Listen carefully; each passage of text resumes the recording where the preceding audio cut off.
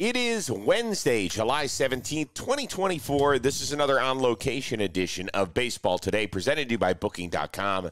That is my man, Trevor Plouffe. I am Chris Rose, producers Dan and BBD, intern Tommy along for the ride as well, as we are wrapping things up from the John Boy Media MLB All-Star Game, Corona House here in Arlington, Texas.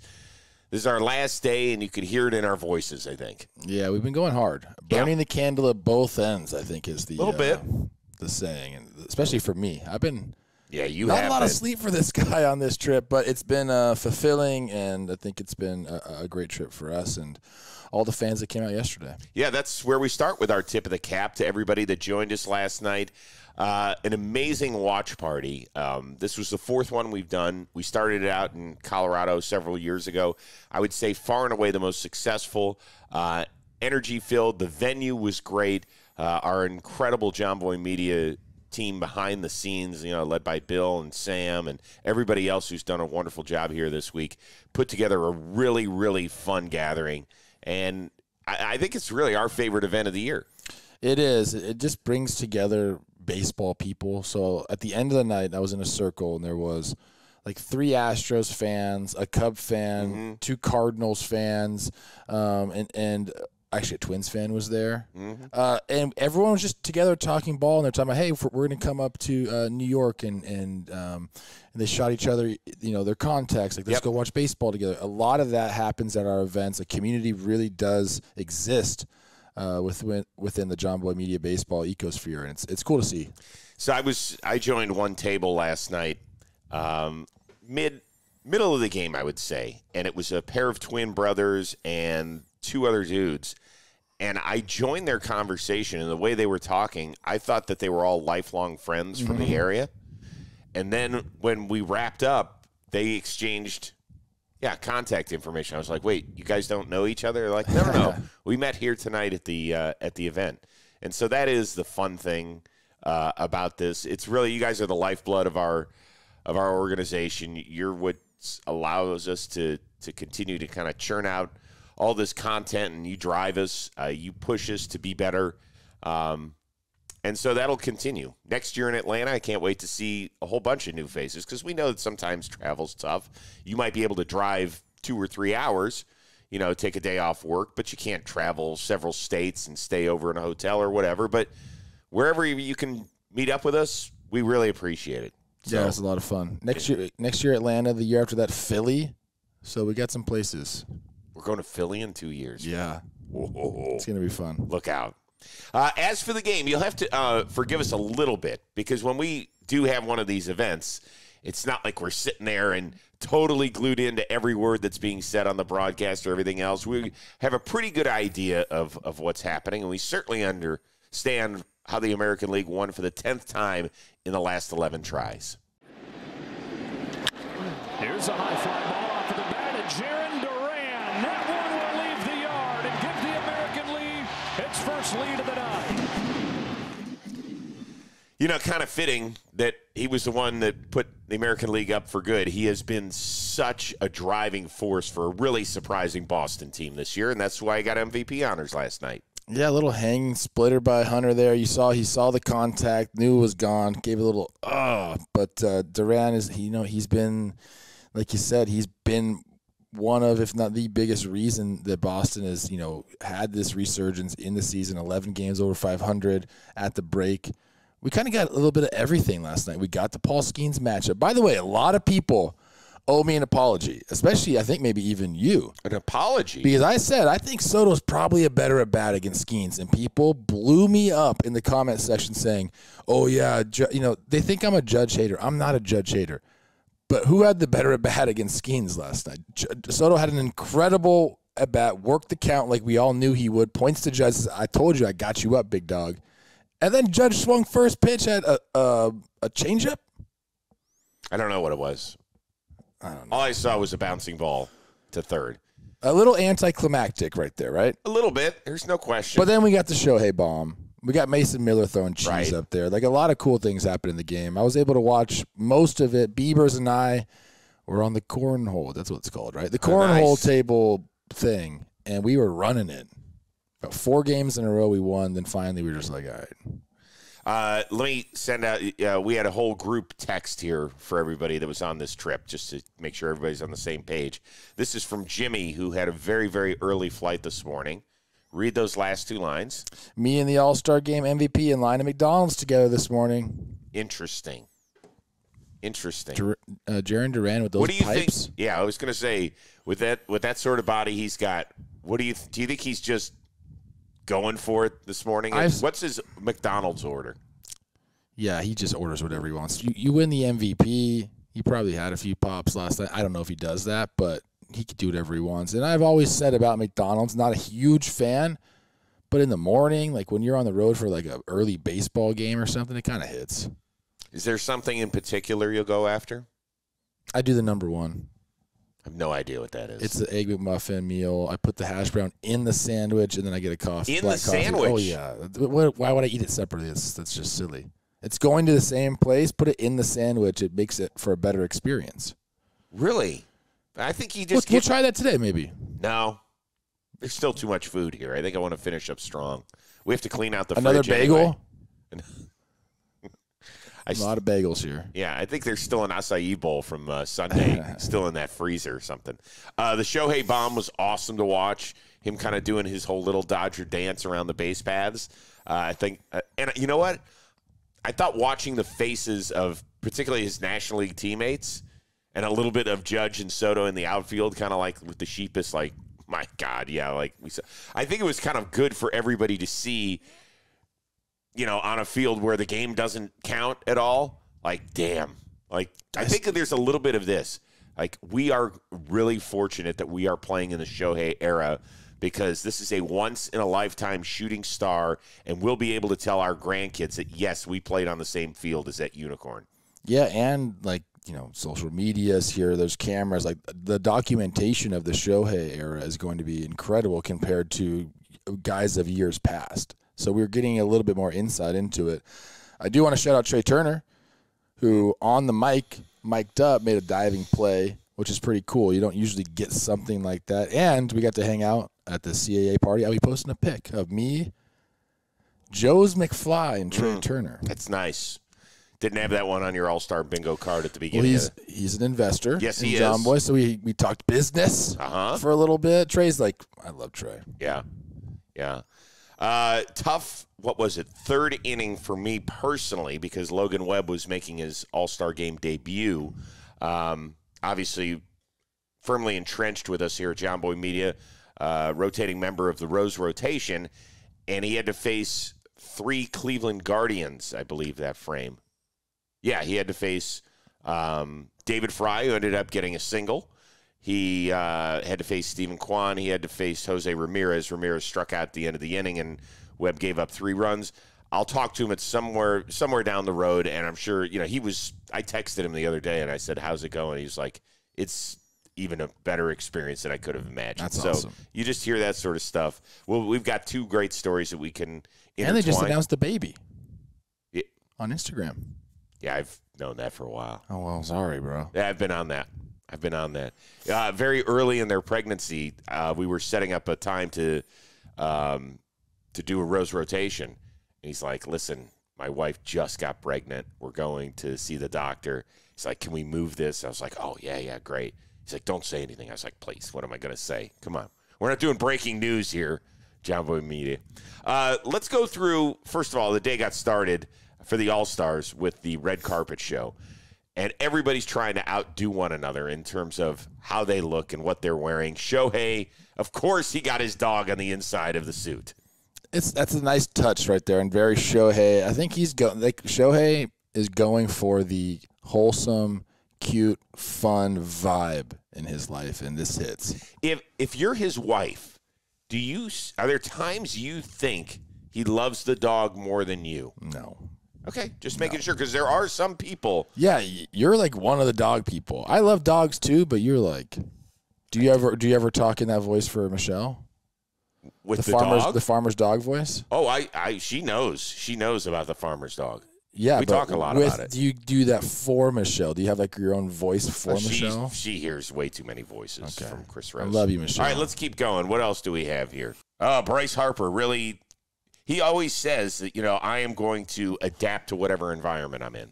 He looks good. Like, he looks like a cowboy. Mm-hmm. He does. Like, he actually looks like a cowboy. Ellie De La Cruz, awesome. Casual. I think he was comfortable. Like, some of these guys, they looked really hot because it's hot in Texas. Mm-hmm. He looks like that's a nice, like, linen suit, it looks like. So perfect for the environment. Cowboy hat, he looks great. Skeens and Livy? Can't hate the accessory right there, but he looked good. I didn't like his shoes. Call me a hater. I don't care. Do you start at the shoes like most good dressers? No.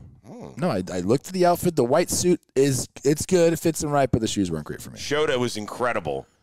Or Mike, I guess is how he goes on his coffee run. That's a heartthrob, I mean. He's got great hair, that guy, huh? He looks really good right there. It's interesting. Good look. That away, Shota. The Profar family, I'm digging it, man. When the little guy has got stuff on the inside of the suit jacket. Matching suits. Yeah. That's big time right there. I'm sure that was a thrill for him to return to Arlington. Josh Naylor and his soon-to-be bride. Well, first of all, I started sweating just looking at that photo. He looks great, but he's hot. It's got to be. Like, not in, like, the proverbial way, like he's, like, sweating. He's got to feel like he's got water balloons under his armpits. I know that you really think about that stuff. I have to. Yeah. Down here? How can you not? All right. Oh, there's the MVP. Yeah. And he had the FM on the inside, too? We Taylor and Sam and I have had a lot of conversations about who the hot boys in baseball are. Mm-hmm. We're going to come up with the list. I know I keep promising it, but we're going to do it. Jarren Duran, very hot topic. Okay. Literally. Hot topic. Oh, boom. The pants as well. It's good. Yeah. It's good. He in the hair, it helps. Like, when you have hair like that, it can kind of, like, make any outfit do it.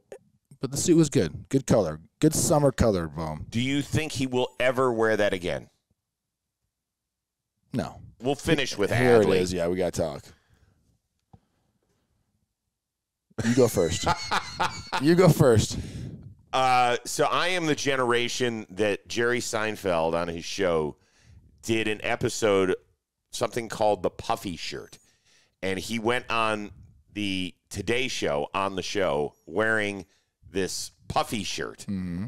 And he got blasted for it. If there had been social media back in the early 90s when the show was #1 in America, he would have gotten killed for it. And that's all I could think about was that it was Seinfeld's puffy shirt. Okay. My take on it. Mm-hmm. I like that he went out of the comfort zone. Where is he from? I think he's from is he from the Pacific Northwest? We're looking it up. I can get it up right now because that means something to me. I need to see this real quick. I have it. He's from Oregon. Okay. A guy from Oregon to get out of his comfort zone the way Adley did, I think, is courageous, and I think more people need to do it. In saying that I love the fit. I don't think it fit him that well. Like, the outfit's fine, but I didn't love the way it fit him. And then I think you just got to rock it. And I think he's trying to rock it. I know, but I think he was a little self-conscious with it. And I think you just got to, if you're going to wear something like that's totally what he and his wife both said, like, kind of out of character. Own it. You got to own it. So if I was to give Adley some advice next time you want to do something like that, like, you just got to go for it, bro. Like, don't feel like you got to wear the clothes. Don't let the clothes wear you. And forgive me for not knowing the name of it, but when you get your curtains, there's sometimes it feels like the sheer part that sometimes you just want to block out a little bit of the sun. It looks like that material a little bit. I think if I had to give it a score, let's do a score on Adley's, because this is the biggest one. I'm not a hater. I'm not at all. I think the clothes were like an 8, but he wasn't confident enough in it. This guy, you got to be so confident, man. You're Adley Rushman. Yeah, and once again, if you're joining us audio only, we apologize on that. You do have to come join us on our John Boy Media Baseball YouTube channel to kind of shove through those few minutes because the red carpet only happens once a year here, so we have to pick 10 outfits that we're going to go through. You can find all those outfits we just talked about. You can. but we apologize for the audio-only crowd. We don't apologize for this, that Baseball Today is brought to you by Booking.com, Booking.yeah. So basically, you probably have got a month or 6 weeks left before you got to take the kids back to school, but that's still plenty of time to go travel wherever you want, particularly if you're a baseball family. So that means sometimes it's time for you to explore those cities you always secretly wanted to learn more about, and that could include your rival cities, with hotels and bed and breakfast and vacation rentals and resorts and so much more available at your fingertips right there on Booking.com. You might just find the perfect stay, even in your baseball rival cities. So let's say you're in the American League West and you want to travel somewhere and you're like, well, I can't stand those other teams in our division. I don't want to go visit Oakland because they're leaving there for Sacramento and then Las Vegas, so I'll save that trip. I don't know. Do I really want to go up to Seattle or down to Houston or check out Anaheim, wherever you are? You know what? Go do it, because right on Booking.com, you might find the perfect hotel that overlooks that stadium. You'll go check out your team play on the road, which is always a really fun experience because you get to check off another stadium. And who knows, you might get to see your team win on the road, which is awesome as well when they're slapping 5 after the bottom of the 9th and feeling good. Booking.com has so many choices across the U.S. for your summer travel during this baseball season. And did you know the right stay can make you a fan of any U.S. city? Yes, even your rivals. So book today on Booking.com. It's an official accommodation partner of Major League Baseball, on the site or in the Booking.com app today. What in the world are you waiting for? What are we waiting for as we continue on? Now, in between July 30th, you're going to be hearing all sorts of trade rumors. And yesterday afternoon, a guy who ended up pitching a scoreless inning for the American League, Tarik Skubal. We've heard this a little bit, that, yeah, maybe the Tigers, and we're like, we're not paying attention. Tom Verducci of MLB Network and Sports Illustrated is reporting that the Dodgers and the Orioles already have offers locked and loaded for the ace of the Tigers.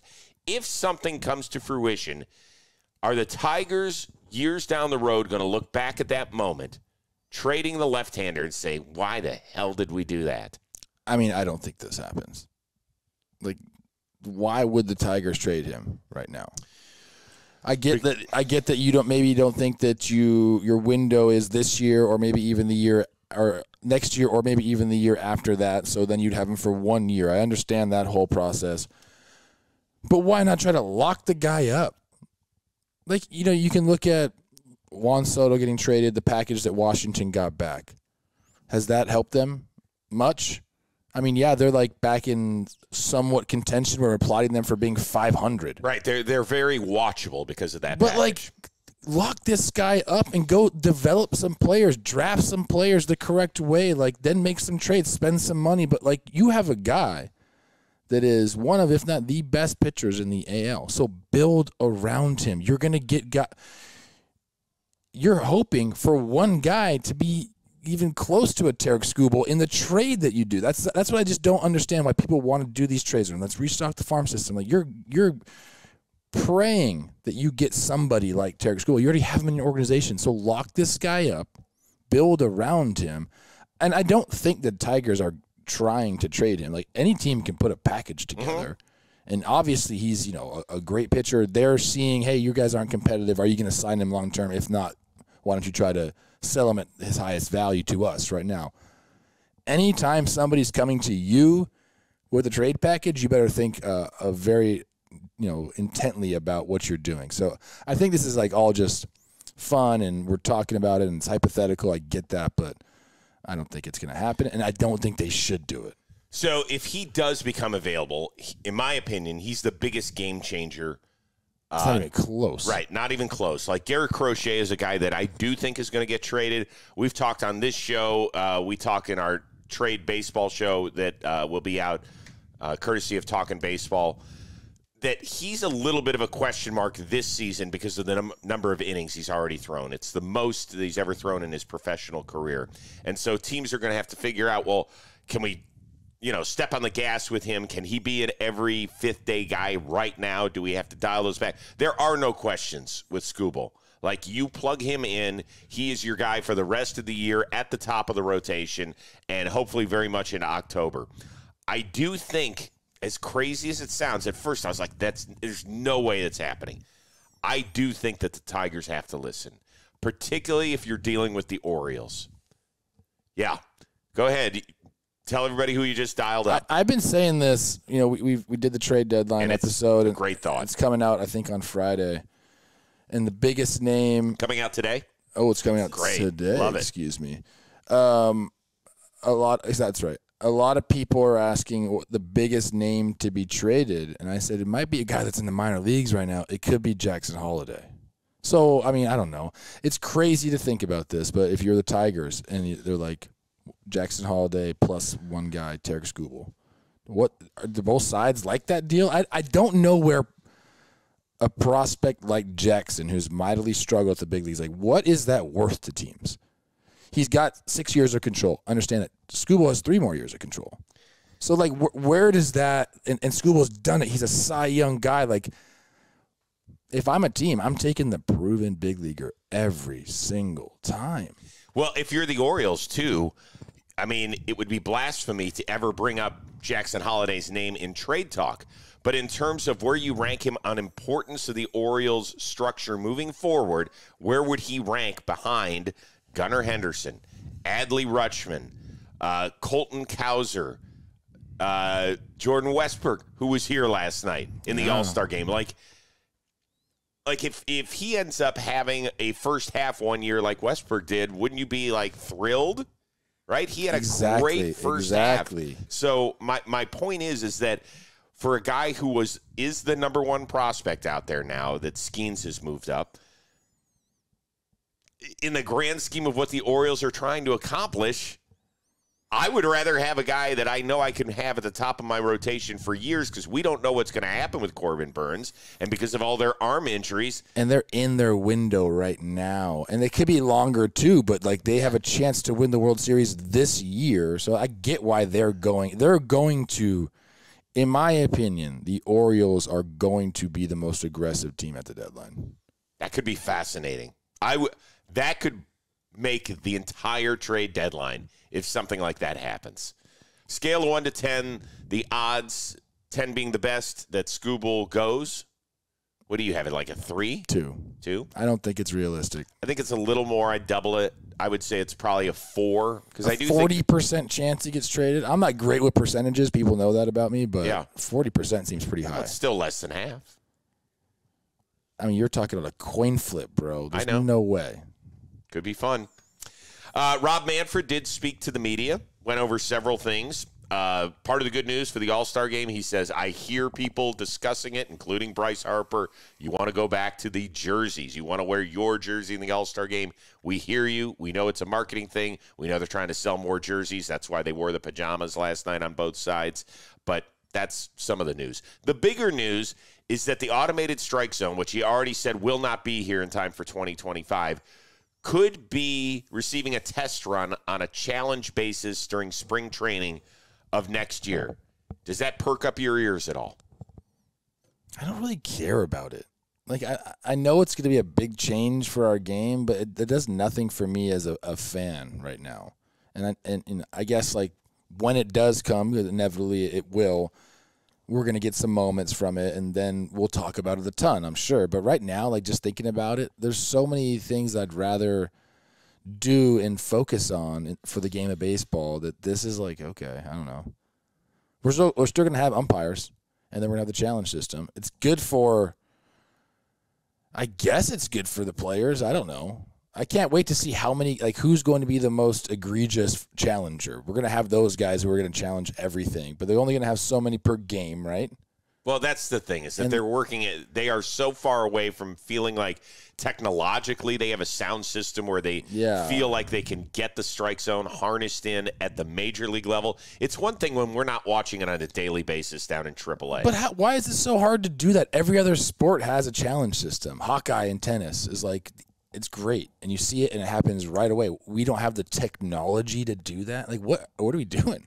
Well, the NFL doesn't have the technology to tell us when a football's over the goal line. We can't put a chip in there. We still have old men running out there with a chain to measure 10 yards. They do have chips and balls now. So they got to just eventually go to that. I don't know why these big-time organizations can't figure that out. So why doesn't it interest you as much? Is it, like, would you have looked forward to it? Try and spin back your head to when you were a player. Do you back in my day? Back in your day, do you think you would have appreciated it? I don't know. I guess. Like, I think I'd be pissed sometimes about it too. Like, you'd be happy when you got the call, and then sometimes you'd be like, there's no way that's a strike. And then, boom, they hit it, and it's a strike. It's like, it's going to go both ways for the players. I will say this. I am always shocked at the amount of times that when a hitter looks back at the umpire, when it seems like it's outside of the box, okay? That's the only thing we have to go by as baseball fans. Like, you guys know the strike zone so well. I am always impressed. I'm like, God mighty. Like, we can see that it's outside the box. But for them, when it's, 95 with movement, that you can tell that it was off the dish. Like, it's really impressive. I think there's one thing that I will be looking forward to, and, these big moments, right? Mm-hmm.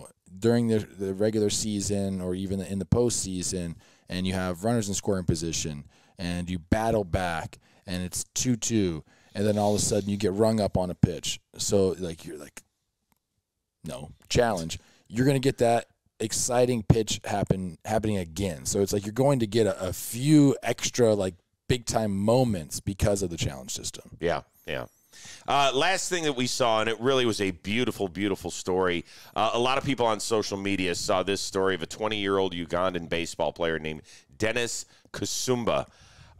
Salvador Perez of the Royals, his favorite player out there. They ended up meeting and embracing here at the All-Star Game in Arlington. Salvi gifted him a Royals blue catcher's gear, and the guy broke down. Like, he just was head over heels in love with this, and he should have been. Salvador Perez, who I believe has the most All-Star Game appearances of anybody that's here this week with 9, and is so beloved in the sport and so well respected and has been so firmly entrenched in that Kansas City community. It really was a touching moment to see. It is an awesome story, and you see the social clips, and then knowing Sal the way I do, like, that was not for clicks. No. That was not for, fans to get to like Sal anymore, because as you mentioned, he's beloved throughout the sport. I don't know. He's one of those players we talk about, like, who doesn't like Sal Perez? He's always smiling. He's always playing. He's always catching. He's been around for so long. Good on both of them, and I guess probably Major League Baseball for making that happen. Yeah, I mean, yes. Somebody made it happen. Yeah. So whoever did, that's really cool. Great job. This has been a fun-filled week. We got to wrap things up. We got to catch a flight back. I haven't even checked the schedule. We go back to baseball on Friday. Yes. Right? Everybody's got tomorrow off. That's Yeah. a relaxing day. It used to be where there was, I think, one game or something. There's a couple games on Thursday, and now everybody has it off. It's a 4 full off days, and people are very excited about that throughout the league. I don't think we'll have an off day. I think we'll do a show. We're going to do a show Yeah. on Thursday. Yeah. And then we're going to do a show on Friday. That's kind of what we do here. And then I'm going to Cooperstown.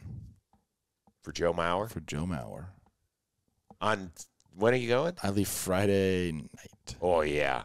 God, that's exciting. Well, we'll talk about that on Friday's show. We cannot wait. 2 quick shout-outs. Once again, excuse me, throaty today, to our fantastic crew here. BBD for helping us out throughout the entire week in conjunction with Dan Rourke. Our awesome people here, Bill and Sam in particular. Taylor and Kyle have been killing it. Maddie Mass, Zach. Am I forgetting anybody else behind the scenes? Kyle. I said Kyle. Oh, yeah, I mean, it just, you get to see the content that we're all putting out with the Ice Boys and with Jimmy and Jake and Joe's and Chelsea.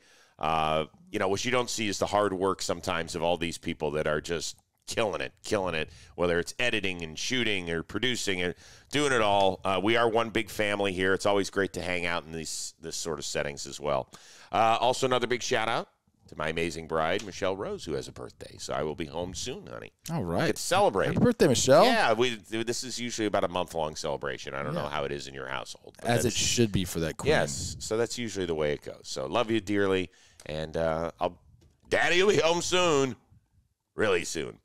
So for our one-of-a-kind producer, Dan Rourke, BBD here as well, our intern, Tommy Young, That is the uber-talented Trevor Plouffe. I am Chris Rose. We will see you Thursday here on Baseball Today, presented to you by Booking.com.